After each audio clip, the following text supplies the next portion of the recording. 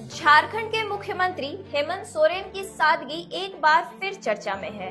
हाथ में लाठी लिए खाली पांव पगडंडियों पर चलते हुए गांव के खेतों में घूम रहे हैं, किसानों से मिल रहे हैं, धान रोपनी कर रही गांव की महिलाओं से बातचीत कर रहे हैं, उनकी हंसी खुशी में शामिल होकर उनके हालात, उनकी परेशानियां और उनकी उम्मीदें ध्यान से सुन रहे हैं।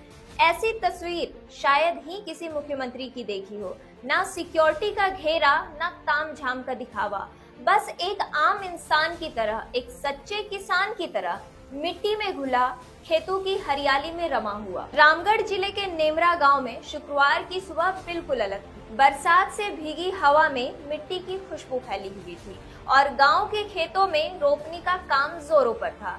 इन्हीं खेतों के बीच अचानक मुख्यमंत्री का आगमन हो जाता है। सीएम गांव की पगडंडियों पर खाली पैर चलते हुए किसानों से मिले, गांव की हरियाली को महसूस किया। हेमंत सोरेन ने किसानों से उनके फसल, मौसम और सरकारी योजनाओं के बारे में चर्चा की। उन्होंने भरोसा दिलाया कि किसानों की समस्याओं के समाधान के लिए सरकार हर संभव कदम उठाएगी।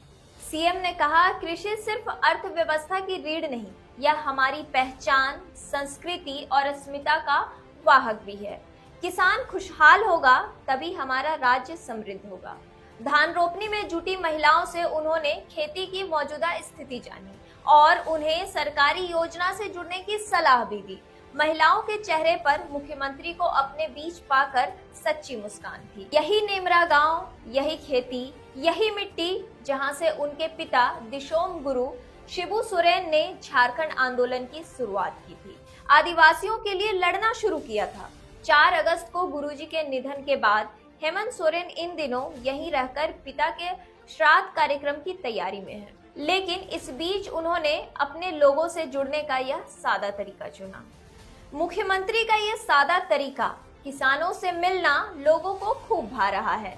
हेमंत सोरेन में लोग गुरुजी की झलक देख रहे हैं और उम्मीद कर रहे हैं कि जैसे गुरुजी ने इस मिट्टी के लिए अपना जीवन दिया, वैसे ही उनका बेटा भी इस झारखंड को खुशहाल बनाने का प्रयास करेगा। गुरुजी के जाने के बाद अब राज्य की बागडोर पूरी तरह हेमंत सोरेन के हाथ में है। सवाल है, क्या वो अपने पिता के सपनों का झारखंड बना पाएंगे? एक ऐसा झारखंड जहां किसान खुशहाल हो, आदिवासी सशक्त हो और मिट्टी से जुड़ी हर उम्मीद हकीकत बन जाए।